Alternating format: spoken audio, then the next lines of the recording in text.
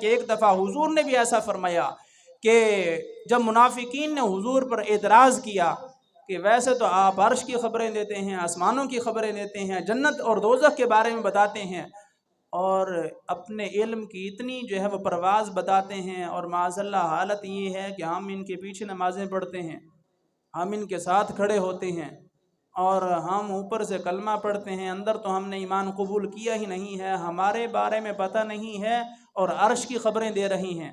حضور نے جب یہ سنا تو حضور جلال میں آئے، منبر پر جلوہ افروز ہوئے اور فرمایا کہ لوگوں کو کیا ہو گیا ہے کہ لوگ میرے بارے میں اس طرح گفتگو کر رہے ہیں؟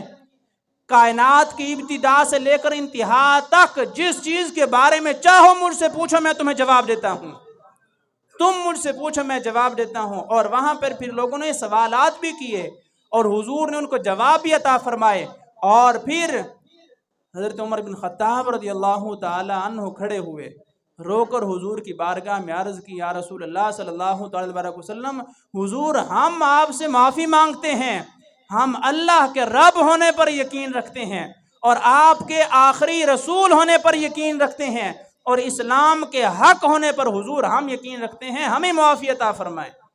یہ تو منافق ہیں حضور، آپ ان کی وجہ سے کیوں جلال فرما رہے ہیں؟ آپ منافقوں کو ان کے حال پر چھوڑیں، ہم آپ کی بارگاہ میں جو ہے وہ معافی مانگتے ہیں، حضور ہمیں پناہ عطا فرمائے اور معافی عطا فرمائے۔ پھر حضور کا جلال جو ہے وہ ٹھنڈا ہوا۔ تو میں یہ عرض کر رہا تھا کہ مولا علی نے اپنے خطبے میں فرمایا کہ مجھ سے جو چاہو پوچھو، کیوں کہ حضور نے بھی ارشاد فرمایا، انا مدینۃ العلم، اصل علم کا مرکز تو سرور کائنات کی ذات ہے، سرور کائنات کی ذات ہے۔ اور مفتی احمد یار خان نعیمی رحمۃ اللہ علیہ فرماتے ہیں کہ حضور وہ عظیم ذات ہیں کہ جس بھی زبان میں کلام کرنے والا آئے حضور کو ترجمانی کی ضرورت نہیں ہے، اللہ نے ساری کائنات کی زبانوں کا علم حضور کو عطا فرمایا ہوا ہے، ساری کائنات کی زبانیں حضور جانتے ہیں۔ جس طرح حضور کی نبوت اور رسالت ساری کائنات پر محیط ہے، ساری مخلوق ساری کائنات اس کے لیے حضور نبی بن کر آئے ہیں، رسول بن کر آئے ہیں، اسی طرح اللہ نے ساری کائنات کا علم حضور کو عطا فرمایا ہے، ساری کائنات کی زبانیں اللہ نے اپنے حبیب کو سکھائی ہیں اور بتائی ہیں۔ اصل علم کا مرکز جو ہے وہ تو حضور کی ذات ہے۔ انا مدینۃ العلم، میں علم کا شہر ہوں، حضور خود فرمائے انا مدینۃ العلم، میں علم کا شہر ہوں۔ اور بدبخت نہیں ہے وہ جو یہ کہے کہ جناب حضور کو پتہ نہیں تھا، حضور لکھنا پڑھنا نہیں جانتے تھے، اور جب بھی قرآن نازل ہوتا حضور لوگوں کو بلاتے، صحابہ کو بلاتے، صحابہ لکھ ڈالتے اور اس میں غلطیاں بھی چھوڑ دیتے، حضور کو پتہ نہ چلتا۔ بدقسمت اس سے بڑا کوئی نہیں ہے، اس سے بڑا بدبخت کوئی نہیں ہے کہ تو کن کے بارے میں بات کر رہا ہے، کن کے بارے میں تو بات کر رہا ہے کہ جن کے بارے میں قرآن نے کہا ہے، اللہ نے فرمایا ہے کہ حضور کے بارے میں اس طرح بات نہیں کرنی جس طرح تم آپس میں گپ شپ کر لیتے ہو اور باتیں کر لیتے ہو۔ وَلَا تَجْهَرُوا لَهُ بِالْقَوْلِ كَجَهْرِ بَعْضِكُمْ لِبَعْضٍ، تم حضور کے بارے میں اس طرح کلام نہ کرو، گفتگو نہ کرو جس طرح آپس میں ایک دوسرے کے ساتھ گفتگو کرتے ہو اور کلام کرتے ہو۔ حضور کے بارے میں جب گفتگو کرو تو تکلفانہ اور ادبانہ عاجزانہ تمہارا لہجہ ہونا چاہیے۔ حضور فرمایا کہ سارا علم اللہ نے میرے سینے میں جمع کیا ہے، اور ساری کائنات کا علم میں جانتا ہوں، اور قرآن کہے کہ وَعَلَّمَكَ مَا لَمْ تَكُنْ تَعْلَمْ، میرے حبیب ہم نے سارا علم آپ کے سینے میں انڈیل دیا ہے، جس جس چیز کے بارے میں آپ نہیں جانتے تھے ہم نے وہ سارا علم آپ کو عطا فرما دیا ہے۔ وَكَانَ فَضْلُ اللَّهِ عَلَيْكَ عَظِيمًا، اللہ کا آپ پر یہ بہت بڑا فضل عظیم ہے، بہت بڑا فضل عظیم ہے۔ اور لوگ کہیں کہ معاذ اللہ دیوار کے پیچھے کا پتہ نہیں ہے، یہ بدبختی ہے، یہ بے ادبی ہے، اپنے ایمان کو ضائع کرنا ہے۔ تو حضور کا ادب وہ نہایت ضروری ہے، حضور کا ادب وہ مقام ہے کہ جس کے بارے میں اللہ نے خود قرآن کو نازل فرمایا، اللہ نے قرآن کو نازل فرمایا کہ میرے حبیب کا ادب کرو، میرے حبیب کا ادب کرو۔ حضور کا ادب، احترام، عزت اور توقیر قرآن میں اللہ نے نازل فرمائی ہے، قرآن کو نازل فرمایا کہ میرے حبیب کا ادب کرو۔ اور یاد رکھیں حضور کا ادب، تعظیم اور توقیر پہلے ہے، عبادت بعد میں ہے، عبادت بعد میں ہے۔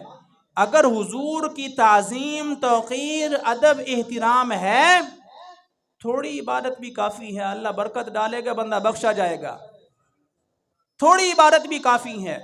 اور اگر عبادت کے انبار ہیں، بڑی عبادت کی ہے، اور حضور کا ادب نہیں ہے، سارا رائے گاں ہے، سارا رائے گاں ہے۔ قرآن نے کہا ہے ان تحبط اعمالکم، تمہاری جتنی مرضی نیکیاں ہوں، جتنی مرضی عبادتیں ہوں، جتنے مرضی تم نے جو ہے وہ تبلیغی دورے کیے ہوں، جتنے مرضی چلے لگائے ہوں، جتنی مرضی مساجد بنائیں، مدارس بنائیں، اگر ادب مصطفیٰ نہیں ہے تو کچھ بھی نہیں ہے، کچھ بھی نہیں ہے۔ ان تحبط اعمالکم، حضور کی بے ادبی جیسے ہی ظاہر ہوئی، ساری نیکیاں جو ہیں وہ برباد ہوئی، ساری نیکیاں برباد ہو گئیں، اور کچھ بھی اس کے جو ہے وہ ہاتھ نہیں آئے گا۔ ان تحبط اعمالکم، ان تحبط اعمالکم، ساری نیکیاں جو ہیں وہ ضائع ہو جاتی ہیں اگر حضور کی بے ادبی کی جائے۔ اور حضور کی بے ادبی کا وبال یہ ہے کہ بندے کو توفیق توبہ بھی نصیب نہیں ہوتی، بندہ بغیر توبہ کے ہی اس دنیا سے جو ہے وہ رخصت ہوتا ہے، اور بندہ جو ہے وہ اپنے ایمان سے بھی ہاتھ دھو بیٹھتا ہے۔ بعض بے ادبیاں ایسی بھی ہیں کہ جس میں جو ہے بندہ اپنے ایمان سے بھی ہاتھ دھو بیٹھتا ہے۔ تو اس وجہ سے حضور کا ادب وہ نہایت ضروری ہے، اور اس کا جو ہے وہ اپنانا اہل سنت کا وطیرہ ہے۔ اہل سنت کو یہ اعزاز حاصل ہے کہ حضور کے بارے میں کبھی بھی کسی سنی سے ایسی بات نہیں سنیں گے جو مومن کے دل کو تکلیف پہنچائے۔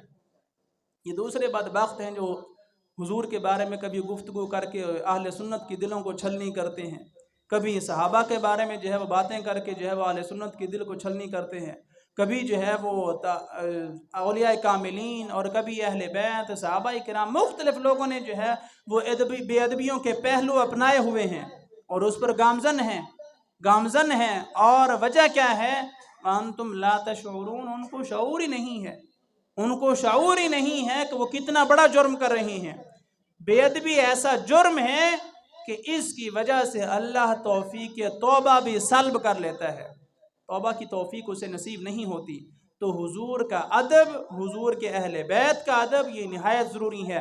اور تیسری چیز، حضور نے فرمایا کہ اپنی اولاد کو قرآن کا ادب سکھاؤ، قرآن کی تلاوت سکھاؤ، تلاوت القرآن، قرآن کی تلاوت جو ہے وہ اپنی اولاد کو سکھاؤ۔ قرآن کا ادب بھی ضروری ہے، قرآن کا ادب بھی ضروری، جس چیز کی نسبت حضور کی طرف ہوتی چلی جائے اس کا ادب لازم ہے اور ضروری ہے۔ اور روایات میں آتا ہے کہ کئی صحابہ کرام کا یہ معمول تھا کہ وہ جب بھی مسجد نبوی شریف میں حاضر ہوتے تو وہ حضور کے منبر پر اپنے ہاتھ کو رکھ کر اسے چومتے اور برکت حاصل کرتے۔ آج تو ہم ذرا انگوٹھے چومنا شروع ہو جائیں تو لوگوں کو تکلیف ہونا شروع ہو جاتی ہے۔ غریب آدمی انگوٹھے چومے گا، امیر کو تکلیف ہوگی، وہ سمجھے کہ یہ فضول عمل ہے۔ اللہ نے مال دے دیا تو اس کا مطلب یہ نہیں ہے کہ آپ انگوٹھے چومنا بند کر دیں۔ کیا ہمارے انگوٹھے قیمتی ہیں یا ہمارا چہرہ قیمتی ہے؟ صحابہ تو وہ عظیم ہستیاں ہیں کہ جنہوں نے حضور کا لاب دہن اپنے چہرے پر ملا ہے۔ ہمارے ہاتھ ان سے زیادہ قیمتی ہیں یا ہمارا چہرہ ان سے زیادہ قیمتی ہے؟